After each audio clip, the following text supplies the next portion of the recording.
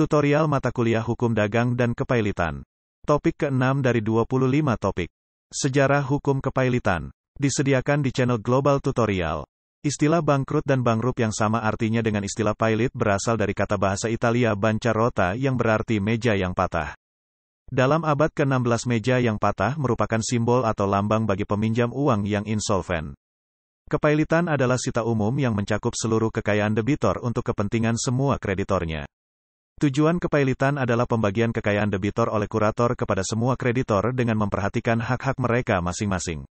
Melalui sita jaminan tersebut dihindari dan diakhiri sita dan eksekusi oleh para kreditor secara sendiri-sendiri. Dengan demikian, para kreditor harus bertindak secara bersama-sama, concursus creditorium, sesuai dengan asas sebagaimana ditetapkan dalam pasal 1132 KUH Perdata. Sita umum tersebut juga mencakup kekayaan debitor yang berada di luar negeri, sekalipun dalam pelaksanaannya dianut asas teritorialitas sehubungan dengan prinsip kedaulatan negara.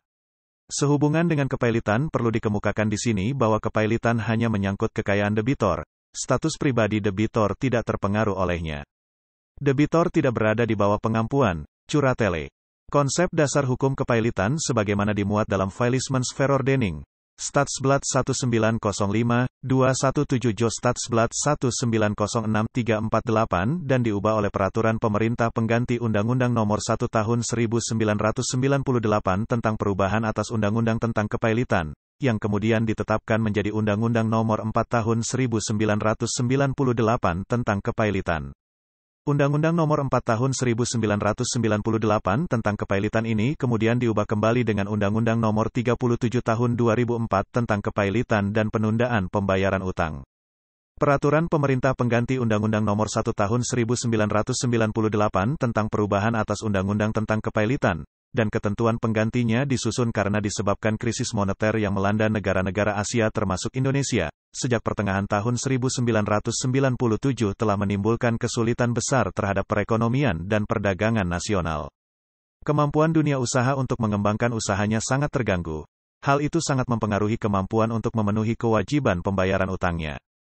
Keadaan tersebut berakibat timbulnya masalah berantai, yang apabila tidak segera diselesaikan akan berdampak lebih luas antara lain hilangnya lapangan kerja dan permasalahan sosial lainnya.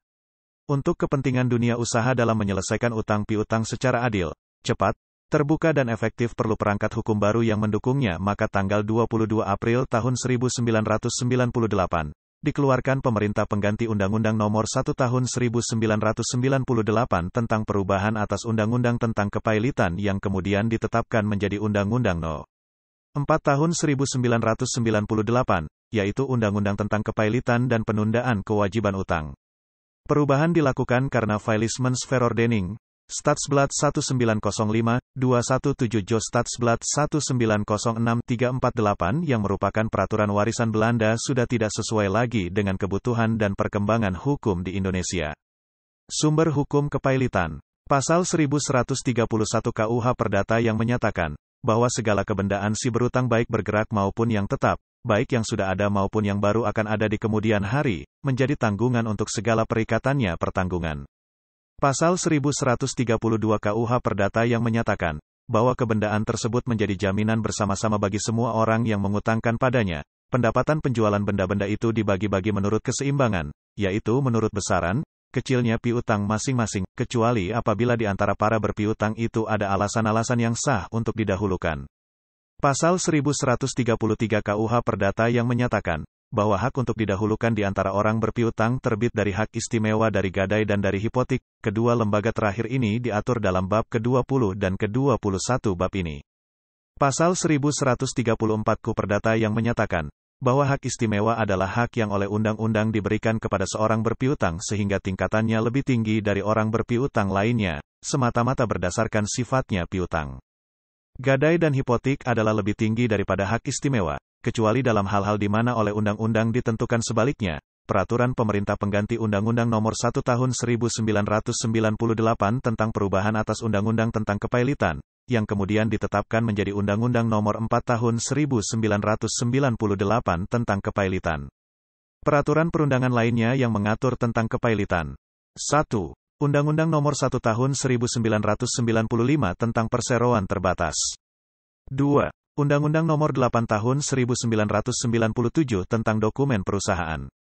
3. Peraturan Pemerintah Nomor 17 Tahun 2000 tentang permohonan pernyataan pilot untuk kepentingan umum. 4. Peraturan Pemerintah Nomor 27 Tahun 1998 tentang penggabungan, peleburan dan pengambilalihan perseroan terbatas. Demikianlah materi topik ke-6 tutorial kuliah hukum dagang dan kepailitan. Channel Global Tutorial dipastikan sangat bermanfaat bagi siapa saja yang ingin menambah wawasan, termasuk mahasiswa perguruan tinggi negeri dan swasta manapun di Indonesia. Video tutorial juga dituturkan dan disubtitelkan agar dapat ditonton, dibaca sambil didengarkan. Jangan khawatir jika belum langsung paham.